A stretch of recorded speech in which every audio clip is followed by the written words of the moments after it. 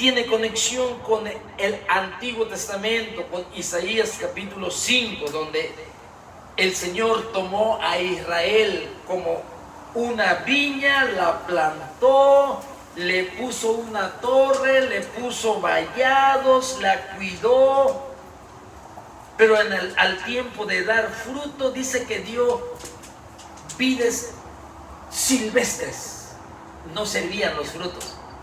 Israel, ya sabemos, ¿sí? Y aquí el Señor está hablando sobre Israel también, ¿sí? Así que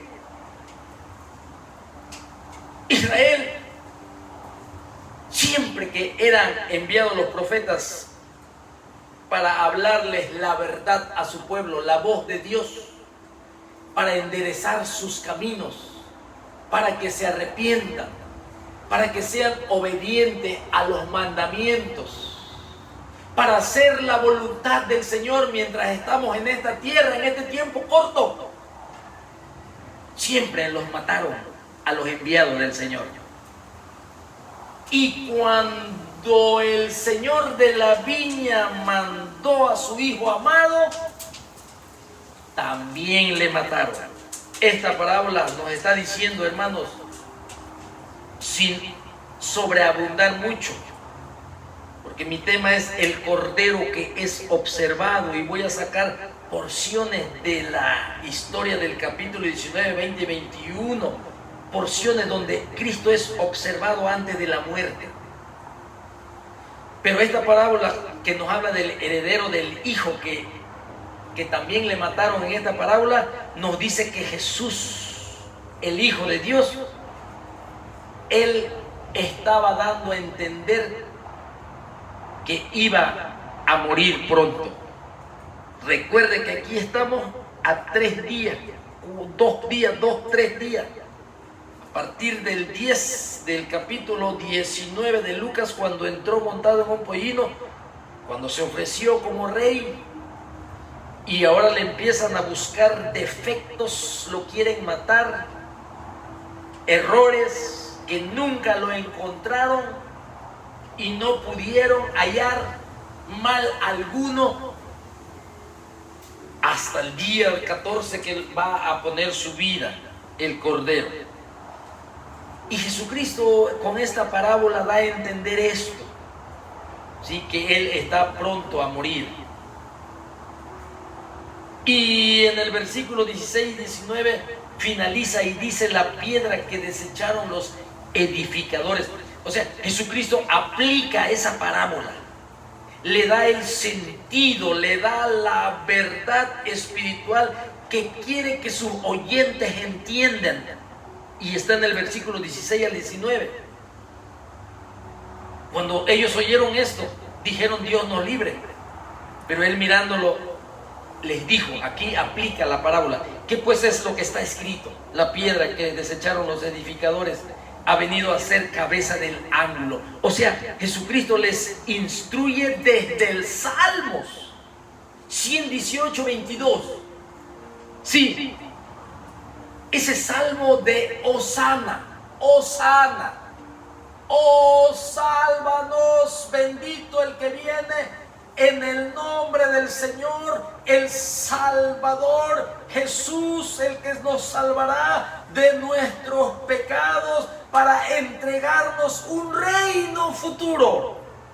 Primero el reino espiritual a través del nuevo nacimiento, que le explicó muy bien a Nicodemo en Juan capítulo 3, para ver y entrar al reino de Dios.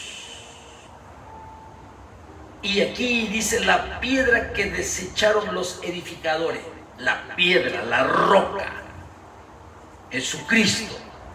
Sí, y comienza a instruirle, porque este es un salmo que está señalando el Señor, debido a que el Mesías ha sido ya presentado oficialmente a Israel en la entrada triunfal, Lucas 19, presentado oficialmente, conforme a Zacarías, conforme a la profecía de Daniel, conforme a los salmos, conforme a los profetas, conforme a la Tanaj, Génesis, Malaquías.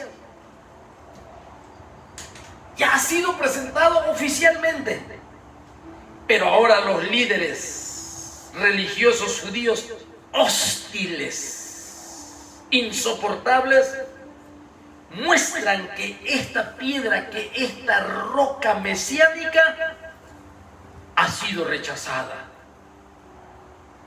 Aunque él fue recibido inicialmente con Hosana, bendito el que viene en el nombre del Señor, y tendían sus mantos, tendían las palmeras, las ramas, y ellos venían alabando al Mesías que venía dando cumplimiento a Zacarías capítulo 9 y versículo 9. Presentado oficialmente, pero ahora los líderes religiosos decían: dile a tus discípulos que se callen. La piedra que desecharon los edificadores, la piedra ha venido a ser cabeza del ángulo. Jesucristo, muchas veces cuando estudiamos el Antiguo Testamento, es comparado como una piedra, como una roca en la Biblia.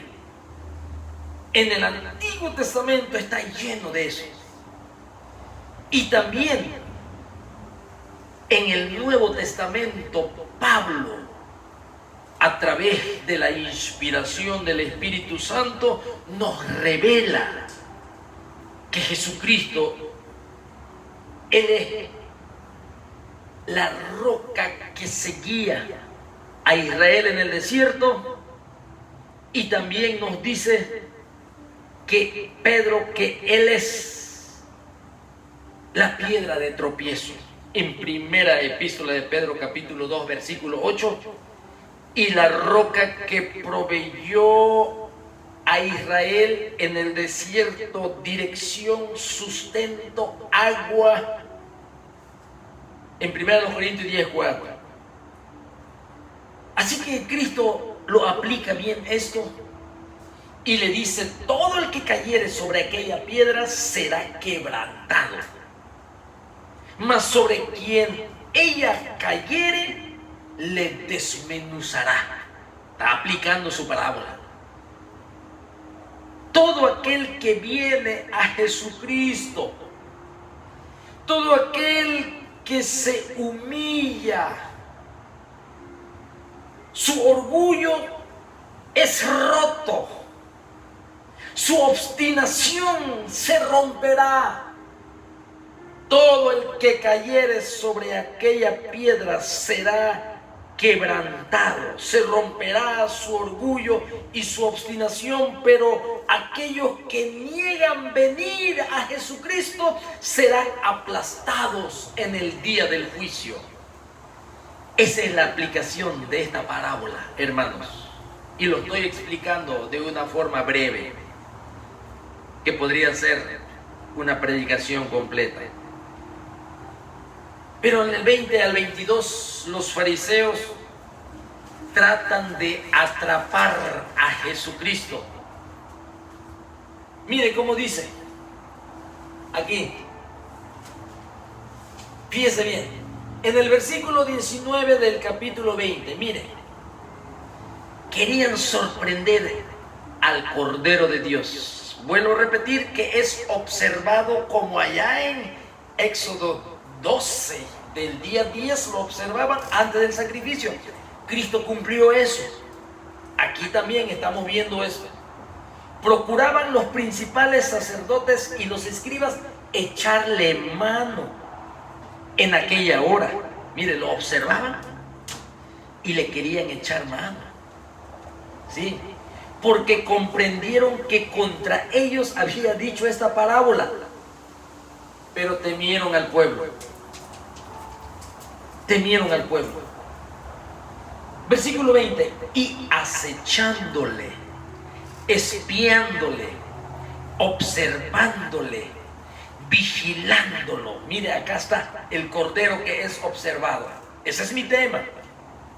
Y acechándole, enviaron espías, observen, que se simulasen justos, a fin de sorprenderle en alguna palabra, a fin de encontrar ¿qué? Una tacha, un error, un defecto. Estaba en observación, un error, sí, una impureza. El cordero que Dios proveyó, hermanos, no tenía ningún defecto. Pero los hombres malos y corruptos, dice aquí, enviaron espías que se simulasen justos a fin de sorprenderle en alguna palabra para el propósito, mire, entregarle al poder y autoridad del gobernador bajo el imperio romano para que lo matara. Y le ponen una trampa a nuestro Señor Jesucristo. Y dice la palabra de Dios en el versículo 23 al 26. Y le preguntan ellos, le dicen maestro. Fíjense cómo era. Simulaban, ¿sí? Eran espías. Presentaban la apariencia, la falsa apariencia, la hipocresía, pues. ¿Sí? Y le dicen, le preguntan, maestro, sabemos que dices y enseñas rectamente y que no haces acepción de personas, sino que enseñas el camino de Dios con verdad. ¿Sí? Y le tienden la trampa en el versículo 22. ¿Con qué propósito? Para entregarlo a la autoridad de Roma. Y le dicen, ¿nos es lícito dar tributo a César o no? ¿Debemos de pagar impuesto o no? Esa es la pregunta de la trampa. ¿Sí? Mas él, Jesucristo nuestro Señor, comprendiendo la astucia de ellos, dice la palabra de Dios, conociendo la astucia, comprendiendo la astucia de ellos, les dijo, ¿por qué me tentáis? Quiere decir, ¿por qué me quieren poner a prueba? ¿Por qué me mantienen en observación? Sí, y luego, en el versículo 24 dice, mostradme la moneda. ¿De quién tiene la imagen?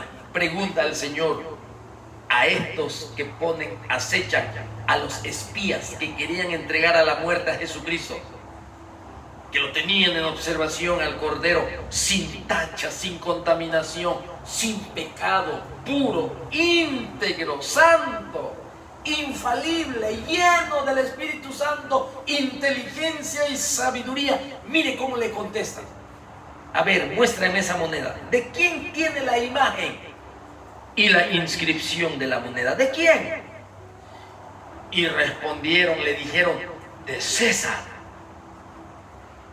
Entonces les dijo el Señor, pues dad a César lo que es de César y a Dios lo que es de Dios.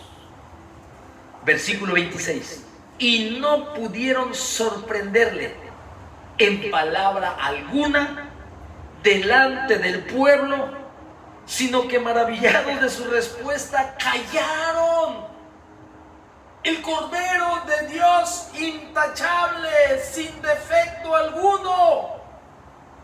Querían hallar en él error, querían hallar en él falta de integridad, querían hallar en él mancha.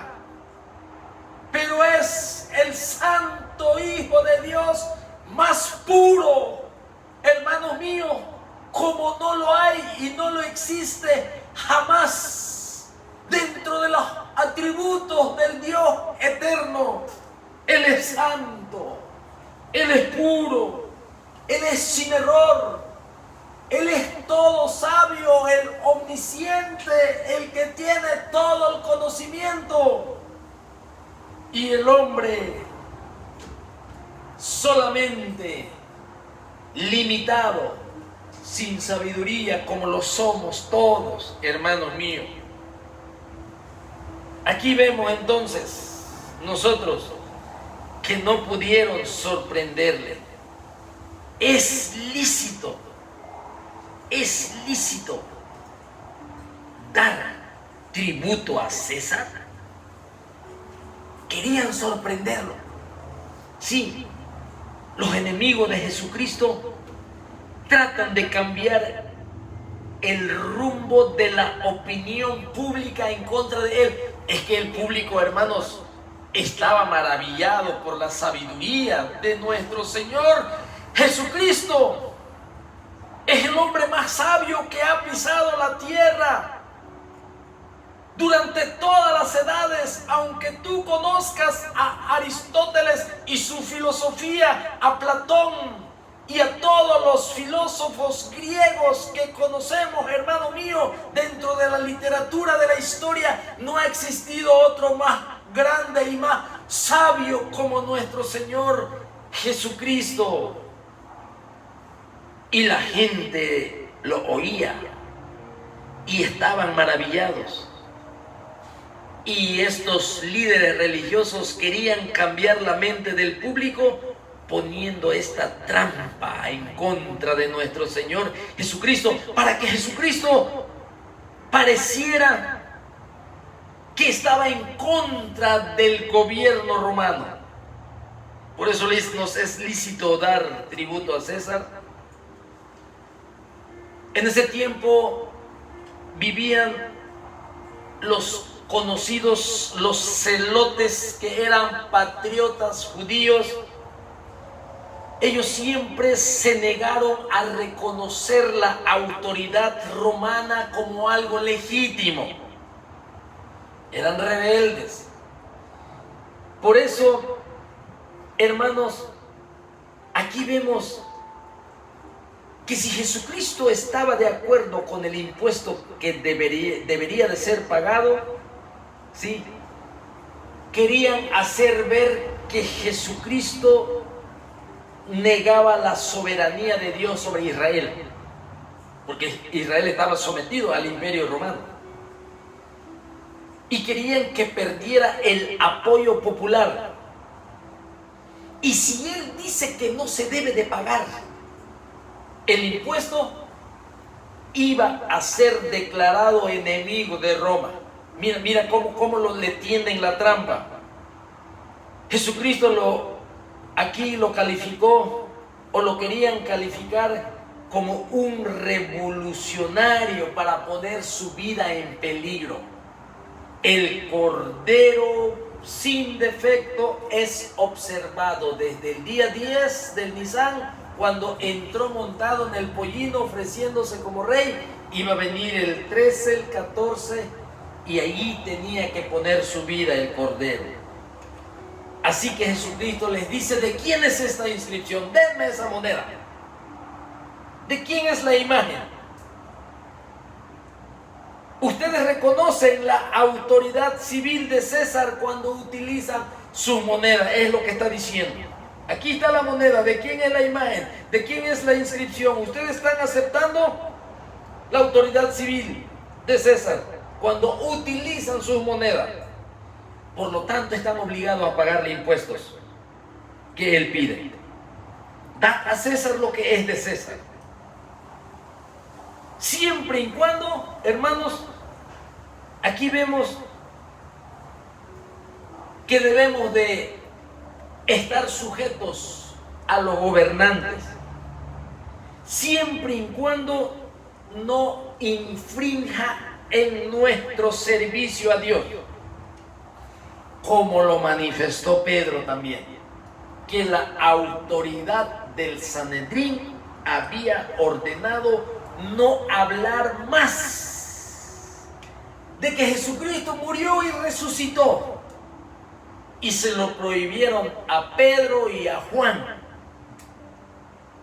Allí sí estaba tocando el servicio a Dios, y no podían ellos dejar de obedecer a Dios Es importante obedecer primeramente a Dios antes que a los hombres, contestó Pedro. Jesucristo dice aquí: dad a César lo que es de César. Pero también está diciendo: dad a Dios lo que es de Dios. Jesucristo está diciendo: nosotros somos ciudadanos del cielo, por eso hay que darle a Dios lo que es de Dios. Pero también somos ciudadanos de la tierra misma al mismo tiempo. Estamos aquí en esta tierra y hay gobierno y hay que sujetarnos a nuestro gobierno. Pero también tenemos una ciudadanía celestial que tiene autoridad sobre nosotros, y Él es el supremo, Él es el máximo, Él es el dueño y es el amo de la iglesia, de su pueblo. Y a Él tenemos que estar sujetos. Y mientras no haya nada que implique el servicio a nuestro Dios, podemos obedecer a nuestros gobiernos terrenales. Pero si se nos impide predicar al glorioso evangelio de Jesucristo, ese es un mandato divino que el Señor Jesucristo dijo en las Escrituras, y no podemos volver atrás.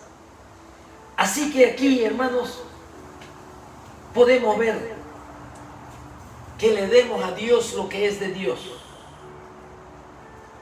El hecho de que Israel en ese tiempo de Cristo estaban bajo el dominio romano, sí, ellos estaban así por su propio alejamiento del Señor. Porque dentro de las Escrituras, en el pacto que hizo Dios con Israel en el monte Sinaí, habían maldiciones y habían bendiciones de esa ley en Moisés, donde dijo que un Israel obediente sería un Israel libre. Por eso aquí es importante que lo que es de César debemos de darle a César, pero también debemos de darle a Dios lo que es de Dios. La moneda pertenecía a César porque su imagen estaba grabado en ella. Debemos darnos a Dios. Nosotros, ¿por qué? Porque nosotros, hermanos míos, tenemos su imagen. Fuimos creados a su imagen como creación, pero también cuando venimos a Jesucristo hemos sido creados a la imagen de nuestro Señor Jesucristo. Él nos ha perdonado, nos ha lavado, nos ha hecho nueva criatura y quiere que nos despojemos del viejo hombre y nos revistamos del nuevo hombre a la imagen de Jesucristo y obtener su carácter de Él y reflejarlo al mundo. Somos la luz del mundo. Por eso, dad a Dios lo que es de Dios. Así que la respuesta de Jesucristo nos dice que César no tiene toda la autoridad. Hay cosas que deben de ser dadas solamente a Dios. Y así, aquí nuestro Señor Jesucristo, hermanos, el Cordero de Dios, es observado antes de la muerte, como ya leímos y estudiamos en Éxodo capítulo 12. El Cordero tomado el 10 del Nisan, habría que observarlo, y cuando ya hayan transcurrido los 4 días, ellos tenían que sacrificarlo y ofrecer la sangre a Dios, rociándolo allí en los postes y en el dintel de su casa. Y no solo eso, tenían que asar el cordero, y luego no solo asarlo, sino también comerlo. Y por medio de la fe tener la seguridad de que Dios va a cumplir su palabra. Puesto los calzados, estando listos con nuestros bordones, ceñidos vuestros lomos, listos para salir hacia la libertad, fin de la esclavitud, el inicio de un nuevo camino, con una nueva identidad, con un nuevo comienzo. Y así seguimos viendo, mis hermanos, cómo los saduceos también comienzan a buscar errores, a buscar, hermanos míos, defectos en nuestro Señor, y le hacían preguntas que para el hombre era imposible de contestar. En el versículo 27 al 33 dice la palabra de Dios: llegando entonces algunos de los saduceos, los cuales niegan haber resurrección. Sí, los saduceos negaban que había resurrección. Le preguntaron diciendo: Maestro, Moisés nos escribió, si el hermano de alguno muriere teniendo mujer y no dejare hijos, que su hermano se case con ella y levante descendencia a su hermano. Hubo pues 7 hermanos, y el primero tomó esposa y murió sin hijos, y la tomó el segundo hermano, el cual también murió sin hijos, y lo tomó el tercer hermano, y así todos los 7 hermanos murieron sin dejar descendencia. Finalmente murió también la mujer. En la resurrección, pues, ¿de cuál de ellos será mujer? Ya que los 7 la tuvieron por mujer. Entonces, respondiendo Jesús, les dijo: los hijos de este siglo se casan y se dan en casamiento. Los hijos de este mundo presente, está diciendo el Señor, dando respuesta a los saduceos. ¿Sí? Una pregunta que hacen ellos, y es una pregunta ridícula. Sí, le dice el Señor: los hijos de este siglo se casan y se dan en casamiento, mas los que fueren tenidos por dignos de alcanzar aquel siglo, el venidero, y la resurrección de entre los muertos, ni se casan ni se dan en casamiento, porque no pueden ya más morir, pues son iguales a los ángeles y son hijos de Dios, al ser hijos de la resurrección. Pero en cuanto a que los muertos han de resucitar, aún Moisés lo enseñó en el pasaje de la zarza, cuando llamó al Señor Dios de Abraham, Dios de Isaac y Dios de Jacob. Fíjense lo que dice el Señor: porque Dios no es Dios de muertos, sino Dios de vivos, pues para Dios todos viven, pues para Él todos viven. Respondiendo algunos de los escribas, dijeron: Maestro, bien has dicho. Y no osaron preguntarle nada más. Los saduceos ahora, hermanos, los saduceos, hombres muy bien educados, hombres muy bien sofisticados, hombres muy influyentes, aristócratas, adinerados, alta sociedad, los saduceos. Ellos no creían en la inmortalidad, ellos no creían en los espíritus y tampoco creían en los ángeles. Ellos solamente creían en los 5 libros primeros de la Torá, del Pentateuco, de los 5 libros de la ley, de los 5 libros de Moisés. Así que Ellos eran aristócratas, ¿sí? De ahí salían también los sumos sacerdotes del partido conservador, y ellos estaban muy dispuestos a cooperar con los romanos. Esas eran las características de los saduceos, que por supuesto el Imperio Romano les permitió también mantener esa posición privilegiada, ¿sí? Había mucho dinero de por medio, y estos saduceos tenían esa facilidad. Ellos estaban muy congraciados con el Imperio Romano. La pregunta es, de los saduceos, en la ley de Moisés, cuando una persona, una familia no podían tener hijos, cuando moría el hombre sin hijos, para tener descendencia tenía que casarse con su hermano, ¿sí? Así que la pregunta de los saduceos es que 7 hermanos vivieron y murieron, pero no tuvieron descendencia. Y murió la mujer, y preguntan ellos, que no creían en la resurrección, le dicen al Señor, y en la resurrección eran incrédulos, y ellos preguntaban, ¿y en la resurrección de quién será mujer?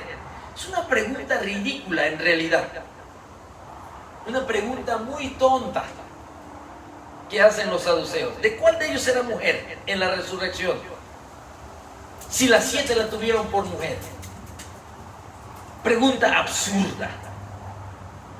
Sí, pero Jesucristo, hermanos, corrige su falta de comprensión sobre la vida de la resurrección, demostrando nuestro Señor Jesucristo que es la vida de un orden completamente diferente.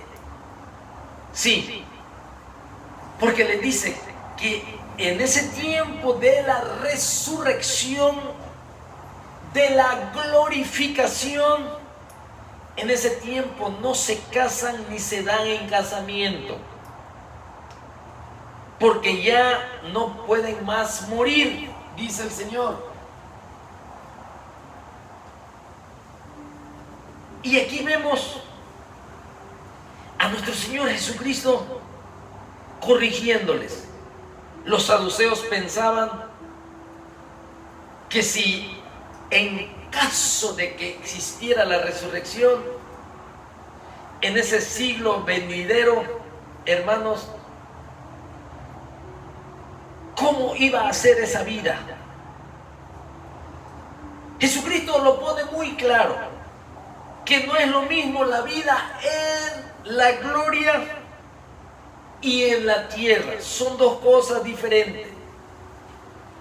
Así que sabemos que no será lo mismo que lo que conocemos en la tierra, y con certeza todo lo que será en el cielo. Son dos cosas muy diferentes.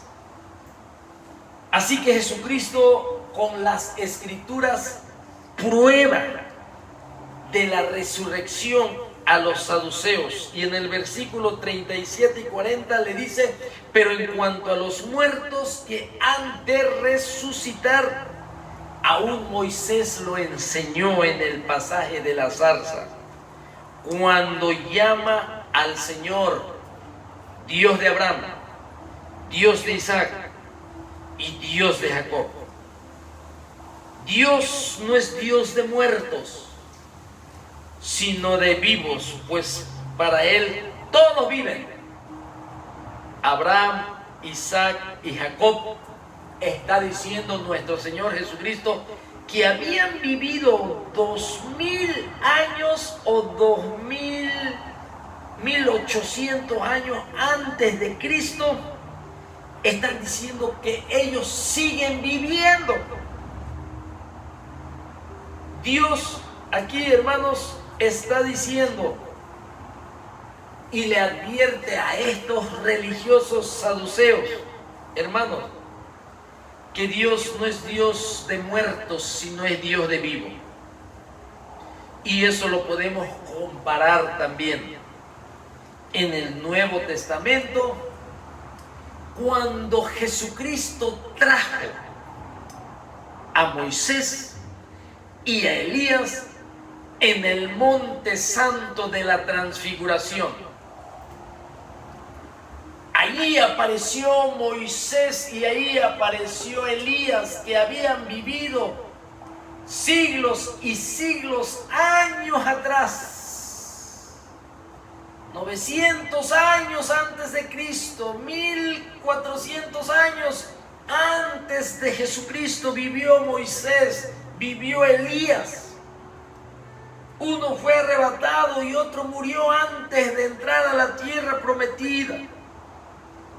Y ahí aparecen espiritualmente Elías y Moisés en el monte santo de la transfiguración. Esto quiere decir que cuando el hombre abandona el cuerpo, cuando el hombre abandona este mundo, aún Dios en su palabra nos revela que no estamos muertos, porque Dios es un Dios de vivos, no es un Dios de muertos.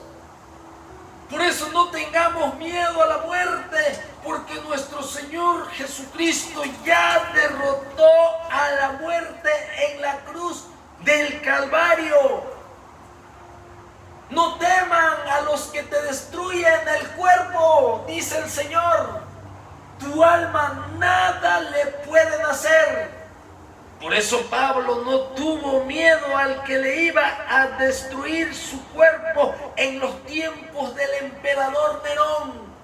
Él estaba gozoso de su partida. Él sabía que venía un sacrificio. Él iba a ser también entregado a la guillotina.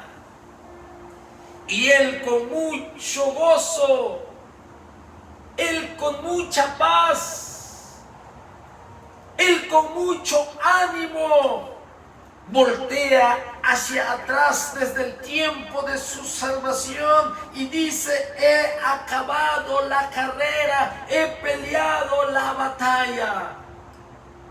Ahora me espera mi juez justo para darme la corona de justicia, y no solo a mí, sino también a los que aman su venida, a los que desean estar ya con nuestro Señor Jesucristo, porque Dios no es un Dios de muertos. Si abandonamos el cuerpo en estos momentos, tengan por seguridad que estaremos viendo a nuestro Señor Jesucristo en gloria, a nuestro Salvador, al que derramó su sangre para que nosotros tengamos la libertad de la esclavitud y de la muerte y del infierno mismo. ¡Qué gozo! ¡Qué gozo es tener la seguridad de que la muerte ya no tiene potestad sobre nosotros! Porque dice Pedro que ya fuimos rociados con la sangre del Cordero, así que la muerte va a pasar solamente por encima de nosotros, porque los postes y el dintel de nuestro corazón ya ha sido rociado con la sangre del Cordero. Ahora tenemos vida eterna, salvación eterna, pero tenemos que comer toda la carne del Cordero de la Pascua. El Cordero sin defecto, sin mancha, sin contaminación, puro, sin pecado, limpio como nadie. Dios no es Dios de muertos, sino que es un Dios de vivos.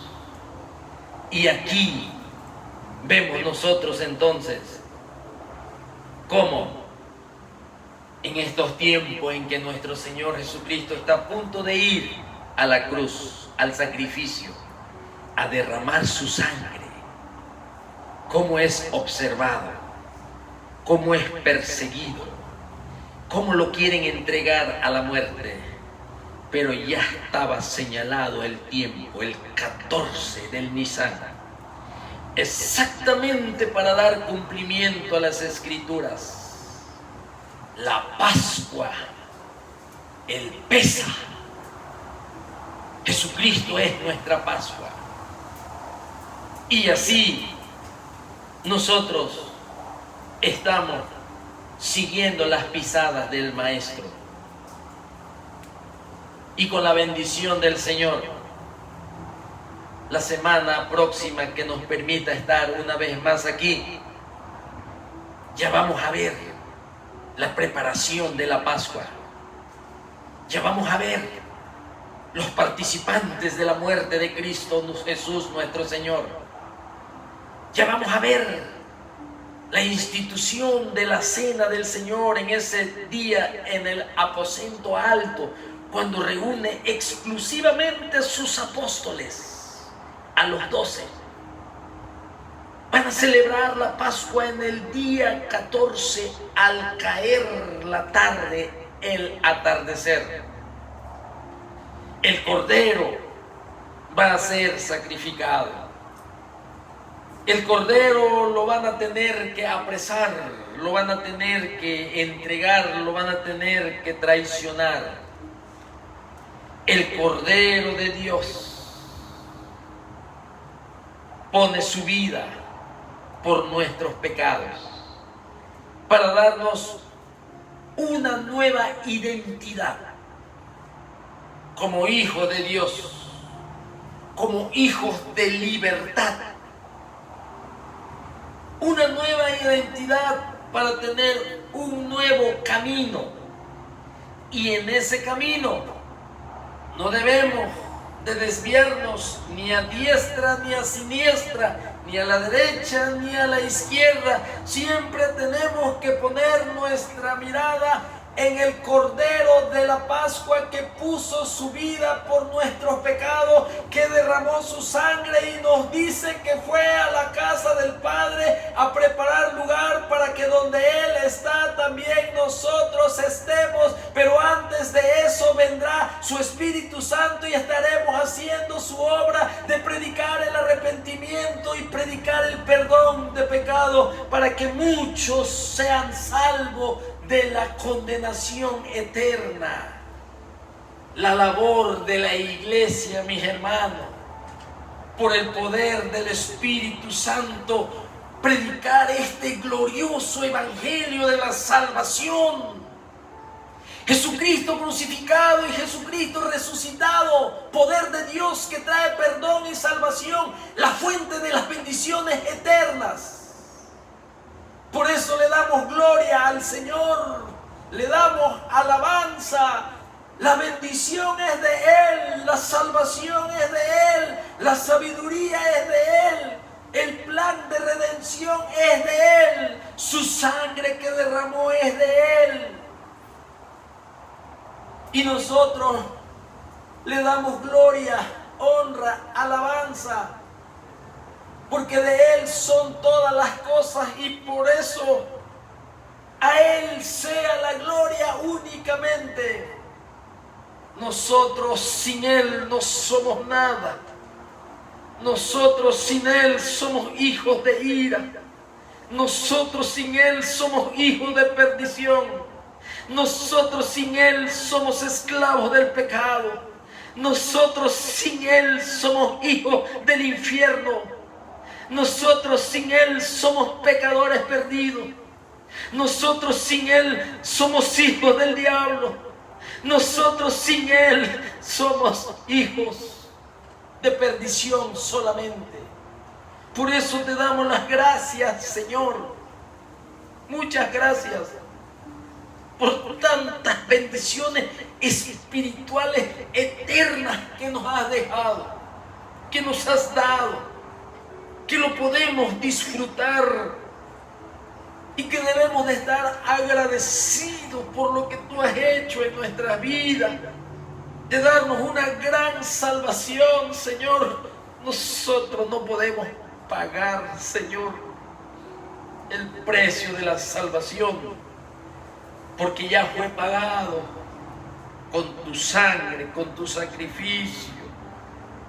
Tú viniste a buscar y a salvar lo que se había perdido. Por eso te pedimos en esta hora, Señor, que salves un alma, que salves un alma, que tu Espíritu Santo lo convenza de pecado, de justicia y de juicio, que tu misericordia los alcance, Señor, y mires la aflicción, Señor, que tú tuviste en la cruz, y ahora, Señor, el gozo de la salvación y los cielos, Señor.